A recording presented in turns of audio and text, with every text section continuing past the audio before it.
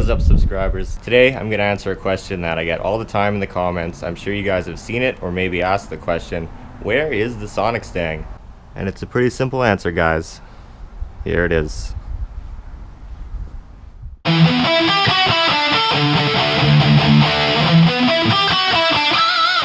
I had an 03, it was, SPT Cobra. It had a Whipple 2.3 blower swap on it, made like 632 to the wheel. That thing was fun, but I had been drag racing and could only get it to go like 1130 or 40, I believe, which sucked, but I mean, I didn't really want to bang shift that 6-speed just because it was so expensive, and I never got the launch completely figured out. But it was a super fun car on the street, and I definitely miss it. I decided to sell that thing because I wanted to go quicker. I had met Rob and Clayton and been in their fast street cars, and I really liked that stuff, and I wanted one of my own. So, in came this thing. One day on Racing Junk, there is the ad for this car. It was from Columbus, Nebraska. I can't remember the guy's name, but he's a cool dude. He had a Shelby GT500. I got it probably about 5 years ago. The chassis itself, I believe, was built in Detroit, along with the 434 Windsor small block Ford motor that used to be in here. I didn't want to do a full-on build from scratch because I figured the cost would be higher, the time would be higher. So this car we got with the motor in here, no transmission, and it was basically finished, but it still needed some odds and ends, a drive shaft, and a bunch of other stuff. Originally it had some 315/50 radials on it, which were huge, tended to rub a lot in there. There's a lot of stuff with the car that we wanted to change. It was kind of like set up more as a race car than a street car at the time. Didn't have turn signals or brake lights or anything like that. Still doesn't have wipers just because they actually shaved them. Someone did at some point. Me, Clayton, and Rob went down in a half-ton truck with a trailer. We made it like 3/4 of the way there the first night, and then got to the car in the morning and then drove straight through back to Canada. So once we got the car back in Canada, I basically started ordering parts. I wanted to make the car like a 9-second, high 8-second nitrous car. That was my idea.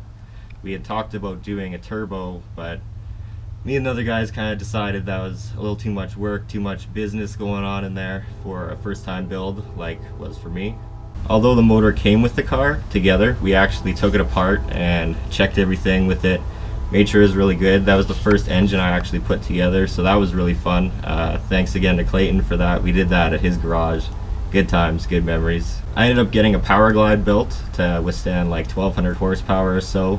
And in the end, I got a Sledgehammer nitrous plate from Induction Solutions, which is a pretty serious piece. If you haven't seen it, it goes up to a 600 shot of nitrous. Even though it had like a 700 lift cam and it was pretty raunchy, I still drove this thing on the street a bunch. That was always the goal with it. I never wanted just a race car because, I mean, that's kind of boring. So slowly but surely, we street car-ified it. We got smaller tires on it. This rear suspension setup here, we did that. These strange shocks, everything. Coilovers used to actually go through the floor right there, which was a little nutty. And then there's this big plate here that they would mount to. That plate I might take out, might leave in there for weight. It'd be kind of a bitch to get out of there. Eventually the motor was finished, the car was put together, and Power Cruise was the first event it actually went to, which it was super fun at. Got a lot of compliments, and it was a great time with a fresh build. After I drove it on the street for a bit, we eventually took it to the dyno first, and it made 523, I believe, to the tire on motor. And we never actually sprayed it on the dyno. Eventually we took it to the track. On motor, I believe it ran a best of like 1020 something, which was pretty good because it has a nitrous, well, still has, yeah, a nitrous converter in it that's pretty tight and meant for a lot of horsepower, like a big shot of nitrous. So that was fun, and the car was always really stable. Going 10s on motor felt like slow, actually. So it was time to turn on the nitrous. After going a bunch of like 970s, I think I went a 50, a 40, eventually went a 935. The mile per hour on that pass was actually 154 miles an hour, so it should have went quicker, and the guys will argue this till their death. They say I lifted and blah, blah, blah. I felt the car spinning. It was the last pass of the day. I wanted to like salvage it and get it down the track, not just blow the tires off. So I let off for a second, then got back in it. Yeah, who knows what that pass would have been had I stayed in it. But oh well, I'll show you the clip here and you guys can decide for yourself.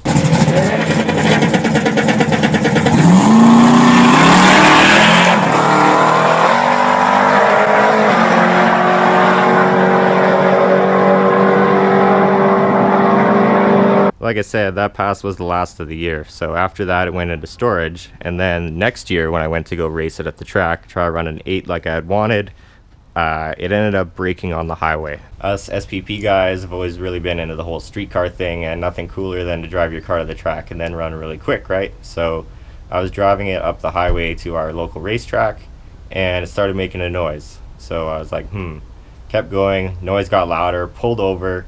I was kind of near Clayton's house actually. I just started it, went as quick as I could, shut it off and coasted so the engine wasn't, you know, making the noise, doing whatever it was doing in there.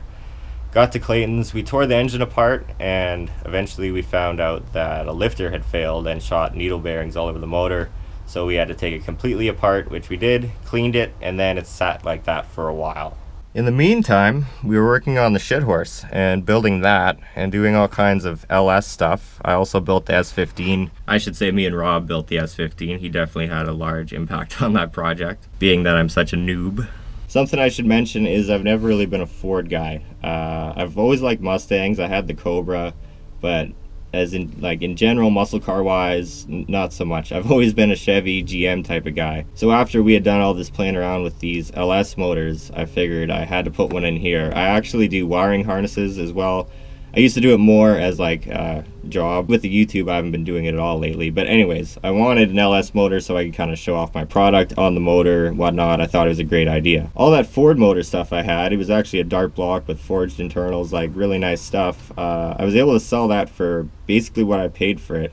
So enjoyed that motor experience, engine experience for free, you could say, almost. Slowly but surely all those parts sold. I got good value for them, didn't just let them go. And then I started planning for the LS build in this thing and named this thing the SONICSTANG, which it has been known now as.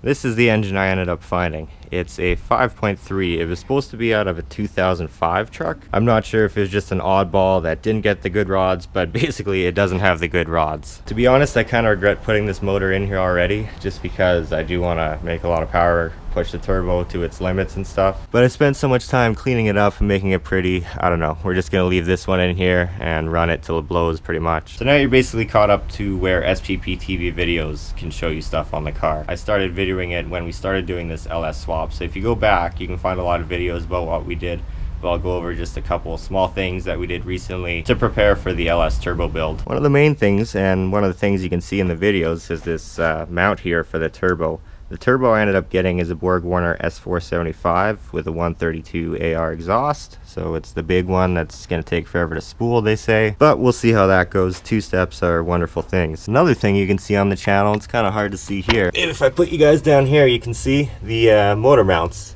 They are custom. The comments on them are funny because they don't look like your typical fancy LS swap engine mount, but I'm sure they will work just fine. But if the engine ever jumps out of the hood, I will make a video and show it to you guys. I'm still using the same transmission that I used with the Ford 434 small block. It's a Power Glide. I had to get a different Ultra Bell, which was kind of a pain because I had just bought the Ford one to Chevy, which was expensive. The motor is basically stock inside. It has an LS9 cam.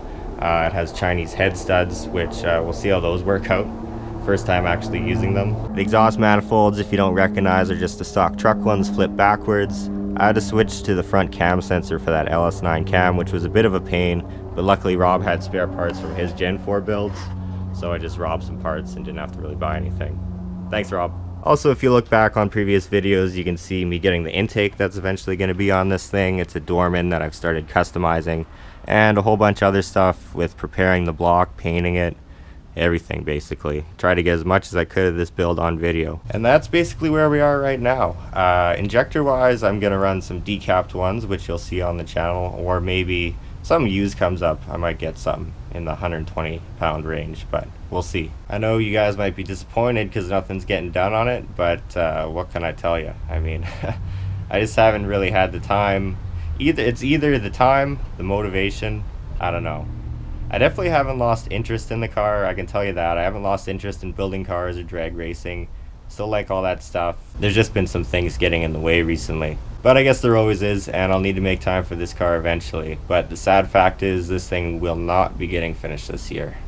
If you were unaware, we are from Winnipeg, Manitoba, Canada. So it does turn into winter here pretty soon, and there will be snow everywhere, and I really won't be able to work outside. Yes, I could rent a shop or a garage, but I really don't have the money for that.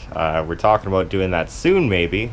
As kind of a channel thing with the group of the 3 of us, but right now that's not happening. And I don't want to bother any of my friends anymore letting me store this places. This car has lived basically at my friends' houses. Big thanks to Clayton, Rob for letting it stay in his trailer for so long, and everyone else who's housed this purplish bluish beast over the years. I've also had a ton of help building it. When it was the small block Ford nitrous motor, I really was kind of new. I was a noob still, and didn't know everything. So Rob and Clayton and a few other guys, they really helped out a ton and helped me get this thing together. And at the same time I learned. So this build, my whole thing was I kind of want to do it myself. And unfortunately that results in me doing it at my own pace, which is slow. But I just wanted to do everything, you know, myself so I could feel the pride of having done it all. So it could have been done quicker, but I don't know. This is kind of my way of doing it, unfortunately, for you guys. I also feel like a lot of stress with this car about getting it right and stuff because it has nice paint, it has a nice chassis. In general, it's a pretty nice street car, race car. So I don't want to just throw it together or use parts that aren't right or, you know, any of that kind of stuff. I want to do everything right the first time, this time. I'll be honest, there's really no excuses why this isn't done. Like I said, time, motivation, yeah, it's just sucks. But hey, at least it gives you something to look forward to for next summer, right? No, you're not buying that? Alright. When I weighed this thing with the nitrous combo, it weighed 2777 without me in it pounds. So it's a pretty light car. It doesn't need a lot of power to go really fast. So I'm hoping the S475 turbo and this 5.3 will hopefully at least get me back in the low 9 range that this car was with the Ford motor. And also be a lot more drivable and, well, good on gas and all that stuff that really doesn't matter with a car like this, but is a nice bonus. At the end of the day, this car isn't going anywhere. I'm not going to sell it. It will be finished. You will see it on the channel. And it will be a street car, as it always has been in my possession. Like I said, there's tons of videos of it on our channel, so you can check those out if you want to see some of the 5.3 engine build. And, I don't know, some other stuff we've done to it, probably on there too. Luckily, this isn't the only interesting project vehicle we have here on SPPTV. So we got lots of other stuff for you guys to watch in the meantime.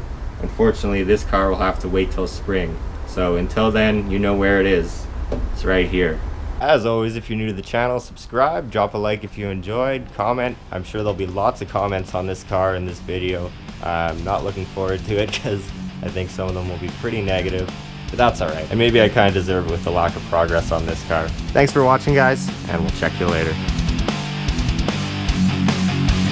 God damn son of a bitch!